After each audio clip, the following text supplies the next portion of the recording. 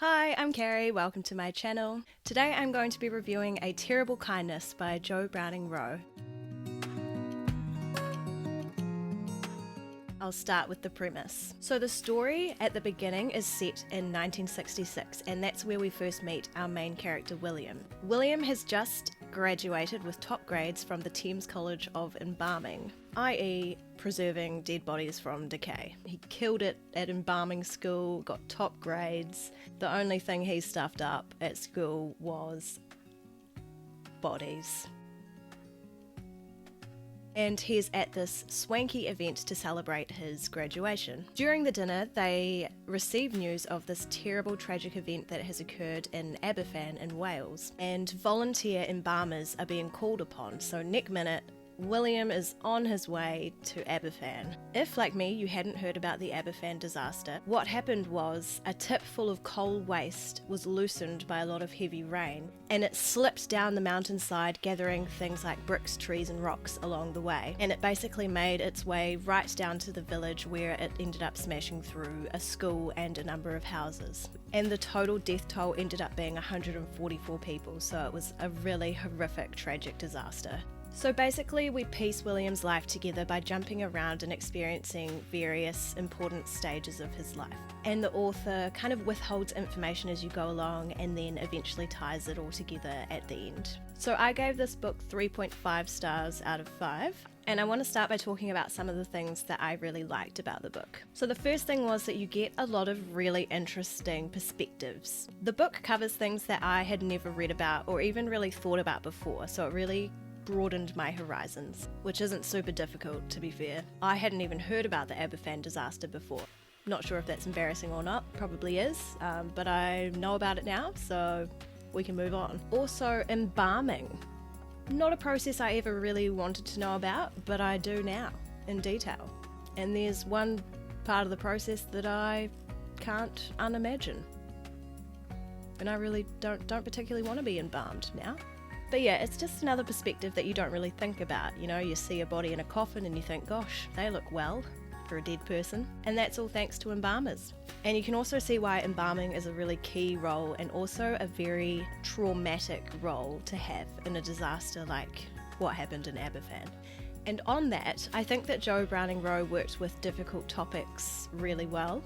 While we only really got a snippet of the Aberfan disaster at the beginning, what we did get was really realistic and raw, I thought.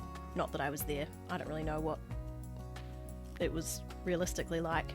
But I could definitely see why William's PTSD came about and how one experience like that can really affect you and just basically change you for the rest of your life. Something that I found really interesting was William's enthusiasm and optimism going into Aberfan, and then how quickly his perspective shifted straight after that event. He was like, nah, I feel this way about things now, and that's how I'm gonna be from now on. It kind of reminded me of reading and watching movies about the optimism and excitement felt by young men heading into war, and then how that all just gets ripped to shreds. But yeah, throughout the rest of the novel, there were also some really genuinely heartbreaking and tragic moments that I just felt. So yeah, I think Jo Browning Wroe wrote about difficult and sensitive topics really well. And I believe it's her debut book, so that is awesome. Something else that I really liked was that I could really relate to William's character.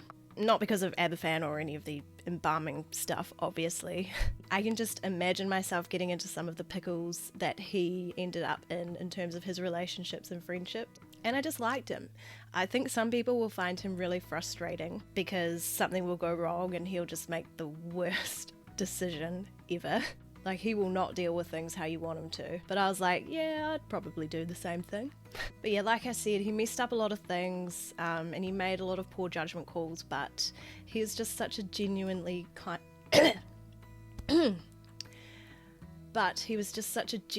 kind-hearted soul, and you could tell that he meant well.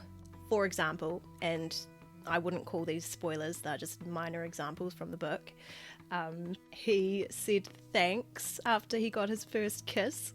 And when he arrived at choir school, he saw this younger boy. Oh my god, I could cry thinking about it.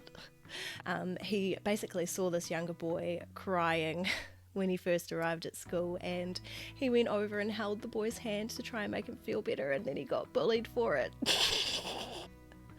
Sometimes I laugh instead of crying. And I also found it really interesting how in some or most situations William was super introverted and self-conscious, but then you put him in another situation like performing and he's just like, boom, Beyonce. I also loved the entire segment of the book that was based on William's time in Cambridge at the choir school. I don't know why I was so engaged in this strict choir boarding school content with a religious edge, but I loved it. I think that largely came down to the fact that William really found himself during this time and had these moments of pure childlike joy while he was there. Childlike joy? Do we still say childlike when they are a child? No, we probably just say joy. He had moments of joy, which brought me joy. He made a troublemaking new best friend called Martin, and it's one of the best friendships I've ever seen on paper, and it was really special.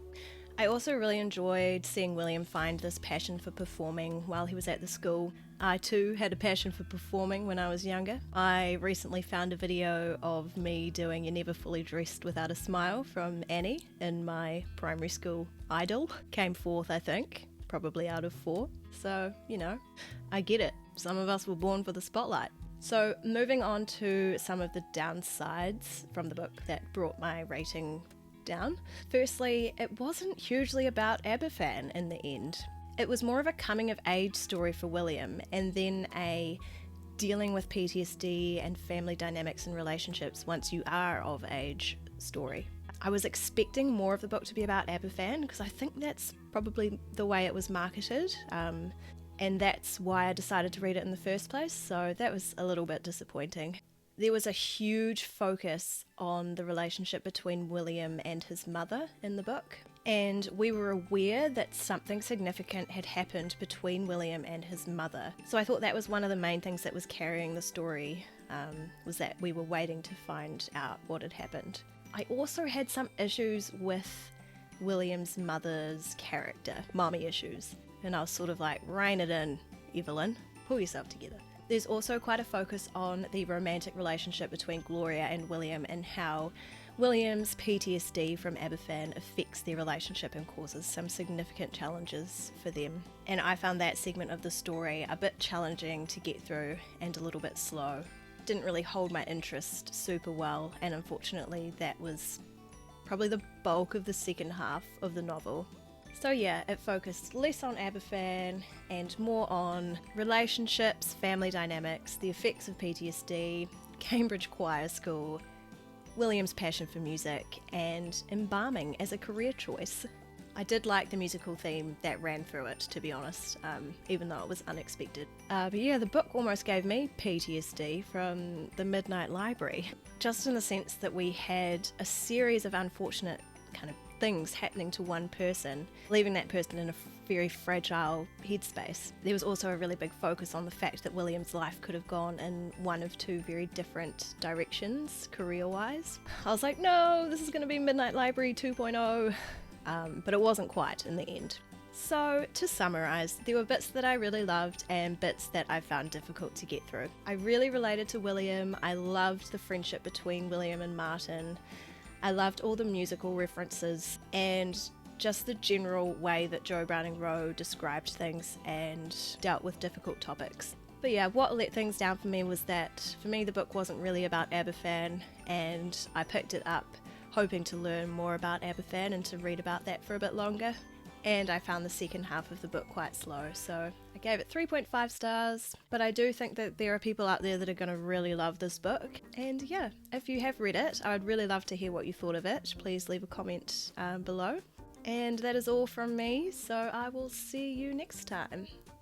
Bye!